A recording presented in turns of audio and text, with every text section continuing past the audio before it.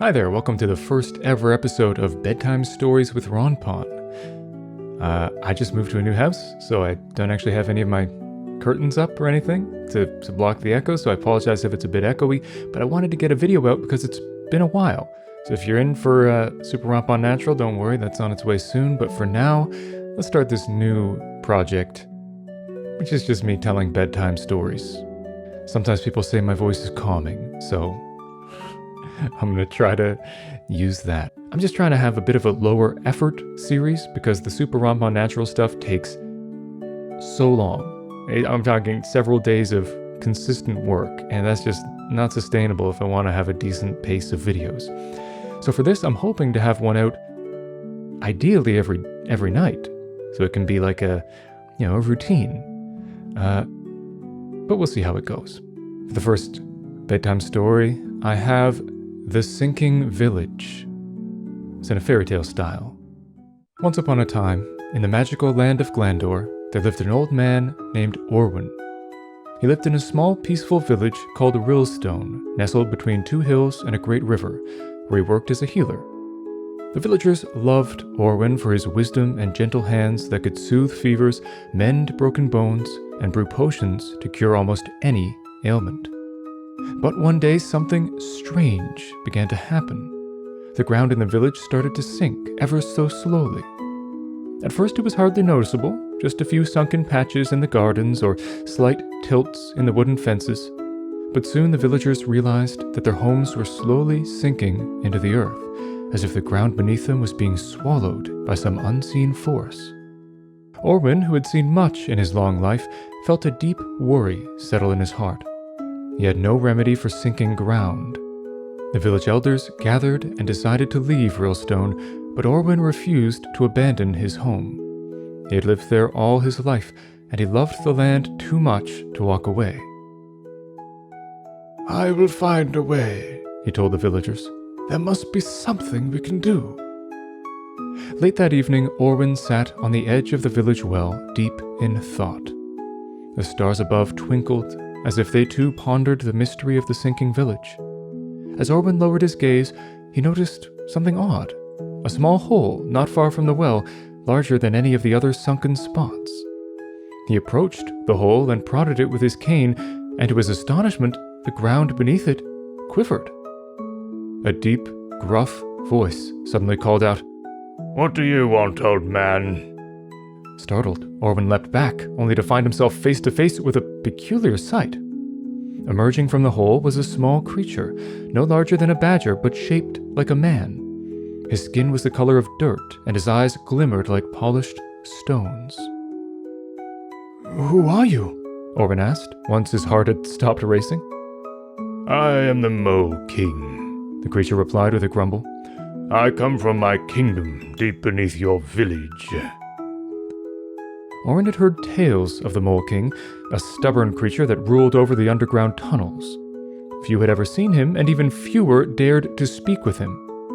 The healer realized at once that this was the cause of the sinking ground. The Mole King and his subjects were tunneling beneath the village, weakening the earth above. "Your tunnels are causing our homes to sink," Orwin exclaimed. "We will be forced to leave if this continues." The Mole King crossed his tiny arms. "What happens above ground is not my concern," he replied curtly. "We have been digging here long before your village existed. Why should I stop now?" Orwin thought carefully. The Mole King was as stubborn as the earth itself, but he could sense a faint glimmer of reason in the creature's stony eyes. There had to be a way to persuade him, but brute force or anger would do no good here. Instead, Orwin did what he did best. He sought to understand. "What is it you dig for?" Orwin asked gently. "What is it that you and your people seek below the earth?" The Mole King seemed surprised by the question. His rough expression softened just a bit. "We search for the Earth Shard," he said quietly. "A gem of immense power, lost deep in the soil. It has been foretold that whoever finds the Earth Shard will gain control over the Earth. This is why we have expanded our digging of late. We must find the Earth Shard." Orwin nodded thoughtfully. "And what would you do with such power? I would protect my kingdom, The Mole King said firmly. We have recently come under attack by a foul race of creatures who seek to take my kingdom and enslave my subjects. This shall not stand. So, all who cannot fight have been charged with finding the Earth Shard. I will do whatever I can to save my people. The healer understood now. The Mole King, for all his stubbornness, only wanted the same thing Orwin did, to protect his home. With this knowledge, Orwin devised a plan. I believe we can help each other, Orwin said. You want the Earth Shard, and I want to save my village. What if I help you find the stone? The Mole King's eyes narrowed suspiciously. And why would you do that? Because, Orwin replied with a kind smile, if you have the Earth Shard, you can stop digging. And if you stop digging, my village will no longer sink. We can live in peace, both above and below. The Mole King thought for a long moment, then nodded. Very well, old man, but you must keep your word. And so Orwin and the Mole King set out on their quest, descending into the deep tunnels beneath Rillstone. The air grew colder as they traveled farther underground, the walls aligned with roots and ancient stones that had never seen the light of day. Where no tunnel existed, the Mole King created new ones, which made Orwin anxious as he pondered the plight of the village above. Days passed as they searched, but the Earth Shard remained hidden.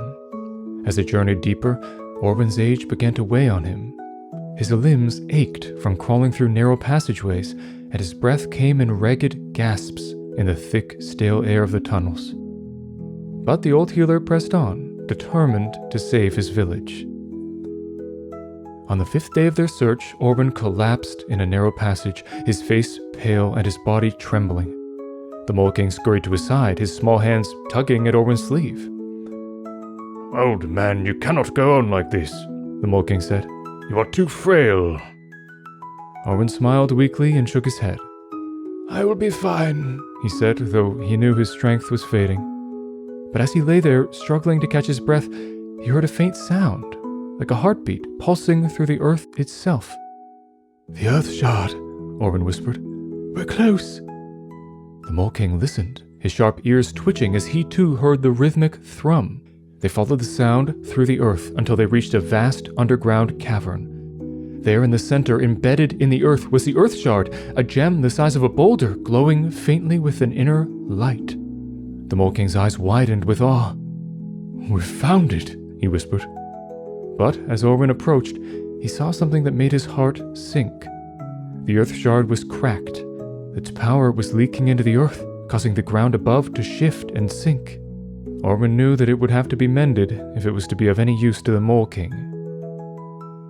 But before they could move closer, the ground beneath the Earth Shard began to tremble. The shaking grew more intense, and suddenly the cavern walls started to collapse. A section of the ceiling caved in, trapping the Mole King under a pile of rubble. Orwin rushed to his side, his healing instincts kicking in. The Mole King was badly injured, his leg twisted at an unnatural angle and blood seeping from a deep gash in his side. Without hesitation, Orwin pulled out his healing herbs and potions, working quickly to stabilize the Mole King. He applied a poultice to the wound, his hands steady despite the chaos around him. You saved me, the Mole King said, his voice weak but filled with gratitude. Of course, Orwin replied with a smile. We help each other, remember? Once the Mole King was stable, Orwin turned his attention to the Earth Shard.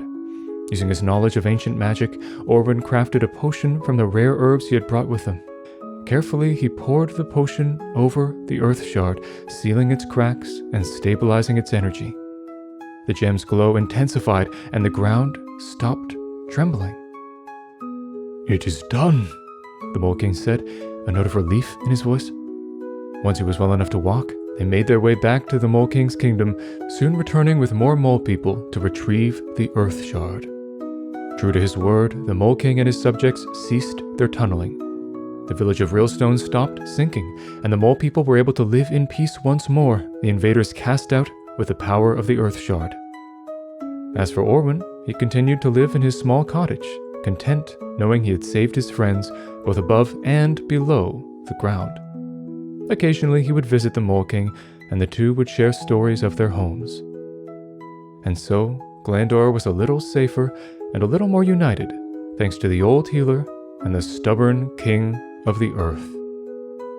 And that is the Sinking Village. Thank you for joining me. Good night, and sweet dreams.